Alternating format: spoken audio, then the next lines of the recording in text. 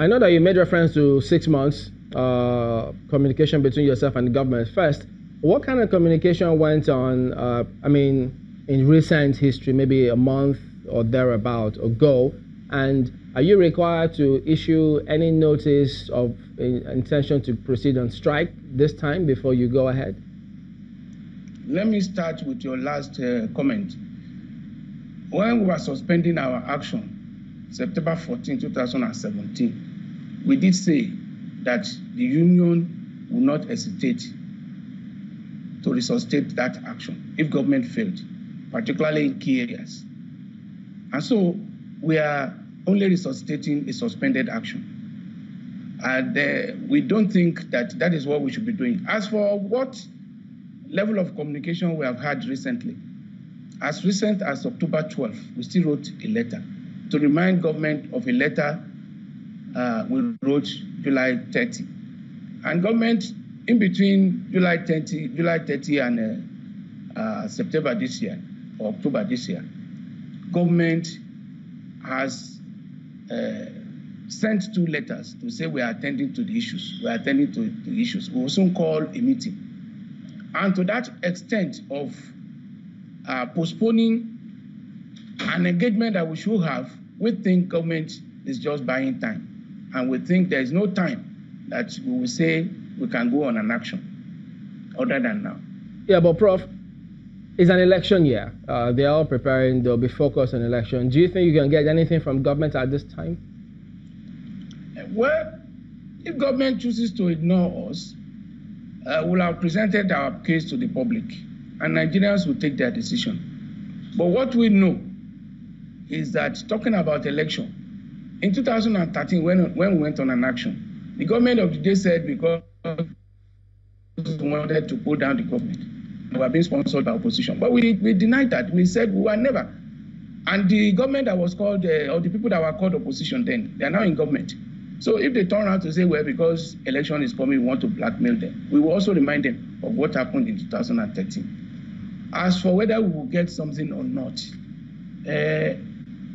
ASUU has consistently brought up issues about the quality of education. We do not want what happened to primary education and secondary education in this country to happen to tertiary education.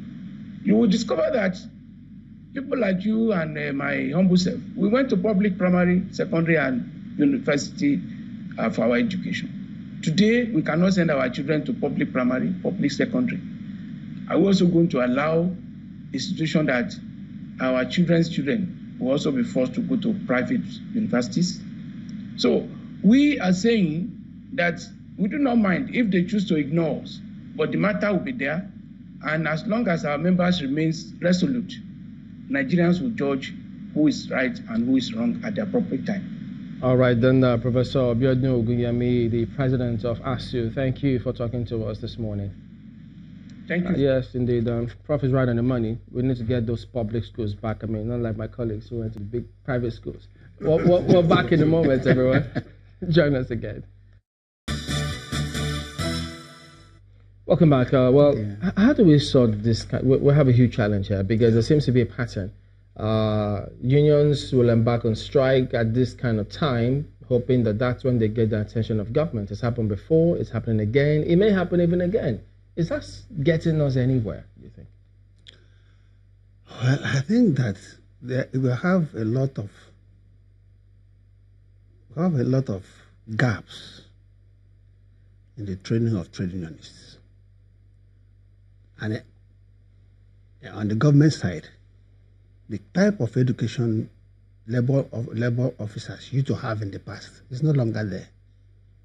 You know, most of the times you are having people just doing labor is technical. Now, the Minister of Labor is a medical doctor. And you make him Minister of Labor.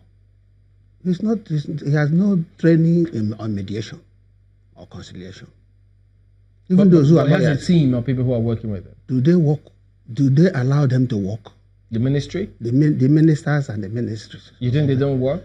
What? Look, the Trade Dispute Act says if a matter gets to the minister, he can send it directly to the IAP. He's not bound to resolve it by himself.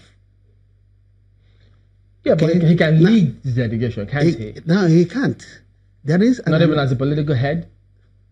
Whether you are the political head or not the political head, there are people who are versed in negotiations. There are people trained in the ministry. Some of them have retired. Are they training new ones? I doubt. I have very much doubt about it.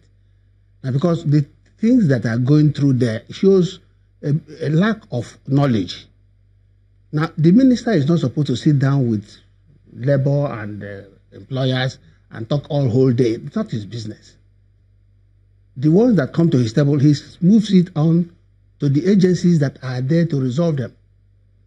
In the last 2 years I was in the IAP, we virtually have no matter coming before us. But the ministry was overwhelmed with discussions lasting up to the night. Because you don't want to transfer the matter to where it's going to be resolved. You are given a time limit under the Trade Dispute Act. The matter that comes to the ministry is not supposed to last there forever. In the ministry now, they turn themselves into a court, and matters are being adjourned from time to time, and time are being wasted. That is why you have all this backlog. The NIC, which is supposed to hasten matters, has now gone back to the original situation, which made General Babangida to say, trade union matters should not be handled by the High Courts. It should go to the NIC. The NIC then was tripartite, and things were moving. Today, NIC is no longer tripartite, and matters are being adjourned from month to month, from year to year. A colleague of mine whose calculation of his entitlement was not satisfactory to him is in the NIC for the past 2 years. So the matter couldn't last for more than a week or 2 weeks. It's there for 2 years. So when you have all this backlog of things, you find some labor leaders being reluctant to say, if we go to this matter with the NIC now, it will now be adjourned to next year and so on. They are tied by the court adjournments. Okay. It's not be so. Well, we're hoping that this is sorted. Thank you for coming on this morning. Linus Ukamba, former member, Industrial Arbitration Panel. Okay, so before we wrap up, we just got this one sent to us today. He says, look, he also did get attestation of results from WAEC. You can see his name there, the subjects as well. But he points us to the original certificate number, which you can see the SG854317. But if you look through the one, the recently handed one by WAEC, they are wondering, why didn't they add that number in that particular one? So that's a huge question, though. Those are, yeah, in this particular one, if you go down, you just kind of find out, okay, so was that an oversight on the part of WAEC in this case, or is this the new format on the part of WAEC? So apparently a lot of formats have changed. Yeah, a lot is changing real quick and fast. You know, that's why we wanted WAEC to be on the show and speak up on these matters. But who knows if they will oblige tomorrow. Well, that's the show today. We thank you all for watching. We'll see you tomorrow. I'm Chamberlain Uso. I'm Jimba Umar. I'm Neo Taigwe. Have yourself a good day. The views and opinions expressed by guests on this program are those of the maker and do not necessarily reflect the views, opinions, and endorsement of Channels Television.